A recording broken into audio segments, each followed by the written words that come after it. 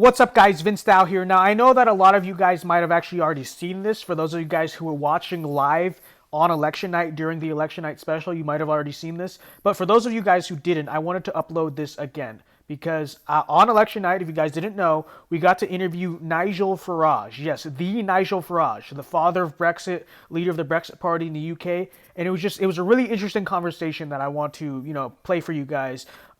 It might seem kind of dated because it was on election night and now it's like 2 weeks later. But you'll find out by watching this interview that it's actually not. The topics that we talked about in this interview are super relevant, ever more relevant today and going forward into the future, regardless of what ends up happening in this election. And it was just a really interesting conversation. I wanted to play it for all of you guys. So enjoy. I have to go ahead and stop this conversation for a minute. We have a very special guest with us right now. And I'll tell you what, I have looked up to this guy for many years now. I love what he has to say. He's not controversial at all, I promise. This is Nigel Farage joining us from the East Coast in United States. How are you, Nigel? I'm not hearing anything. You can't hear me? Hello there. Hey, how are you? Very well indeed. Exciting evening. Very exciting. Very exciting.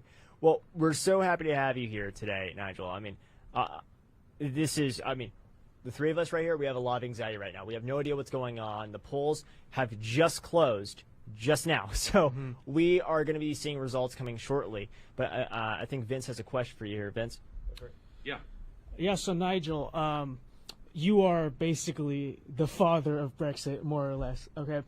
Now, Brexit was sort of this populist, underdog, nationalist sort of movement that was doubted by the media and most, major elite institutions in your country, and yet it won. The people were on its side, and frankly, I think that's very similar to make, if not the same thing in a different country, to make America great again. They are basically the same thing. Trump, his supporters completely doubted, completely ridiculed, and yet they won. So now going into 2020, especially this election, I would say it's sort of the second referendum on this sort of rising wave of nationalism and populism. How do you see it playing out? Do you think that it was sort of like a one-time fluke thing and now it's sort of dying out, or do you think it's just something that's really here to stay? Good question. Yeah. Like where you're coming from. And you're absolutely right. What happened in 2016? Brexit was the first brick that was knocked out of the wall. All right? Yeah. And Donald Trump, who is as sharp as anyone could be, recognized how important Brexit was. And he started going around America calling himself Mr. Brexit. Well, I wasn't having any of that. So I came over and joined him, and he admitted that perhaps I was Mr. Brexit. But it was one and the same thing. You're absolutely right. Yeah. And since then, we've seen the growth of populist movements in Europe, Brazil, many other parts of the world. However, tonight is a very important moment for that whole movement against the globalists, for that whole movement that recognizes that the Chinese Communist Party actually poses a threat to our way of life, against this insanity where Black Lives Matter and Antifa are allowed to masquerade as being about civil rights and racial equality, when in fact there's a deep Marxist, anti-capitalist agenda. So tonight is important, and your analogy of it being a second referendum, I hadn't thought of it in those terms, but it's not a bad one. Yeah. I grant you that. Yeah. Do you know what I've seen in America? I've been here for 8 days now. I came to Tulsa originally to the first Trump rally. I've come back for the last week and a bit of the campaign. I have never seen the populist movement more energized, more optimistic, happier, more full of unity, and dare I say love, than I've seen with Trump in these rallies in the last few weeks. The attempt by our enemies to put, sort of people like Prince Harry and Meghan, God help us. By the way, just a quick one.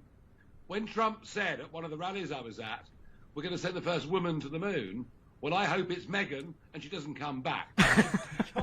But the attempt to paint us that we're the purveyors of hate, the boots on the other foot, Yeah. they're the ones purveying hate. they're the ones who refuse to accept democracy. The polls have just closed in much of the USA, live as we speak.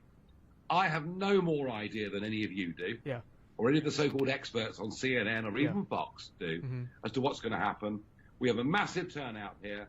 It's tough to call. But I would say this to you. When the polls closed in the referendum in 2016, we saw a 73% turnout. None of us could believe it was that high, and we won.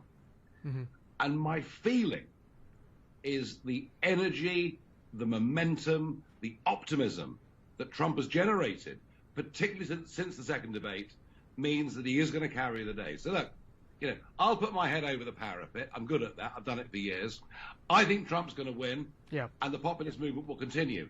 If, and it's the last part of your question, sorry it's a long answer, but I'm enjoying myself. I'm enjoying you too, man.